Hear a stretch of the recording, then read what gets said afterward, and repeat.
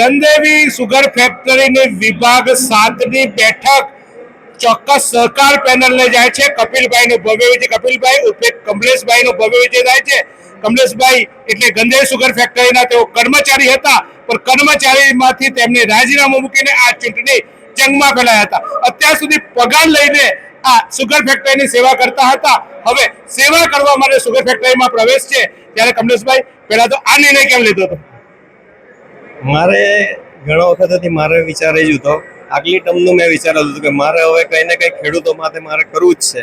અને જે છે હું એમ બી અહીંયા કર્મચારી મંડળીનો 5 વર્ષમાં હું ડિરેક્ટરમાં હતો, ત્યાર પછી 5 વર્ષ હું પ્રમુખ તરીકે બી કામ કર્યું છે. અને એ અનુભવ બી મને અહીંયા ઘણો કામ આવતો છે. કલ્પેશભાઈ, તમારા બે નામ છે, હરી તારા નામ છે હજાર, કપિલભાઈ ને કલ્પેશભાઈ કયા કરે. હવે કપિલભાઈ એ નામ છે તમારા ફેક્ટરીના કર્મચારી આપેલું, તમને સહકર્મી આપ્યું. મને ટોટલ મારે નિકનેમ મારે કપિલથી જ ઓળખાય છે. કદાચ ગામમાં બી મને કલ્પેશથી લગભગ નથી ઓળખતા બધા. હવે મત કપિલના નામની જગ્યાએ કલ્પેશના નામે મળ્યા. હા, હવે આ બેવડી ભૂમિકા તમે કર્મચારી અને હવે ડિરેક્ટર તરીકે આવવાના, આમ નામ બી બે એમ બંને ભૂમિકા તમે છો. શું કરશો સુગર ફેક્ટરીમાં? કારણ કે તમે વહીવટને બહુ નજીકથી જોયું છે, સુગર ફેક્ટરીમાં શું થયું શું નહીં એ બધું જ તમારી નજર સામે થયું છે. ત્યારે હવે શું પરિવર્તન લાવશો? હવે જેટલો મારા ખેડૂતોનો સહકાર, હું પહેલા તો ખેડૂતોને પૂછીશ કે આપણને અહીંયા શું જરૂરિયાત છે, શું કોઈને ખામી છે, તે પહેલા પૂછીશ. એ લોકો જે જણાવશે તે પ્રમાણે આગળ વધીશ. તમારે જીતનો શ્રેય કોને આપો છો? જીતનો છે હું મારા ટોટલ સભાસદ ભાઈઓ બહેનો તેમજ મારા ટોટલ કાર્યકરો મારા જોડે જે ફર્યા એમને હું આપું છું. સહકાર પેનલ અને સમન્વય પેનલ બહુ પેરેલલ ચાલે છે. તો આપ કઈ પેનલનું પ્રતિનિધિત્વ કર્યું તો હવે તમારા લીડર કોણ હશે?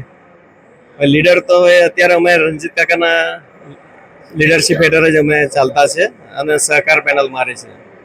ચોક્કસ. તો આ સહકાર પેનલ ચોક્કસ કપિલભાઈ એટલે કે ઉર્ફે કલ્પેશભાઈ વિજય થયા છે.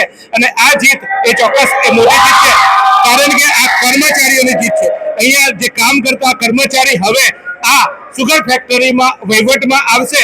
અત્યાર સુધી કર્મચારીઓએ જે હુકમ આવે એ હુકમ પાડવાનો હતો, પરંતુ હવે કપિલભાઈ હુકમ કરતા થઈ ગયા છે. ચોક્કસ એ સભાસદ બન્યા છે, ડિરેક્ટર બન્યા છે. હવે હાલ આ જે પરિણામ જાહેર થયું ત્યારે બંનેઓની કટોકટ એટલે કે બંનેઓની 4 બેઠકો આવી છે.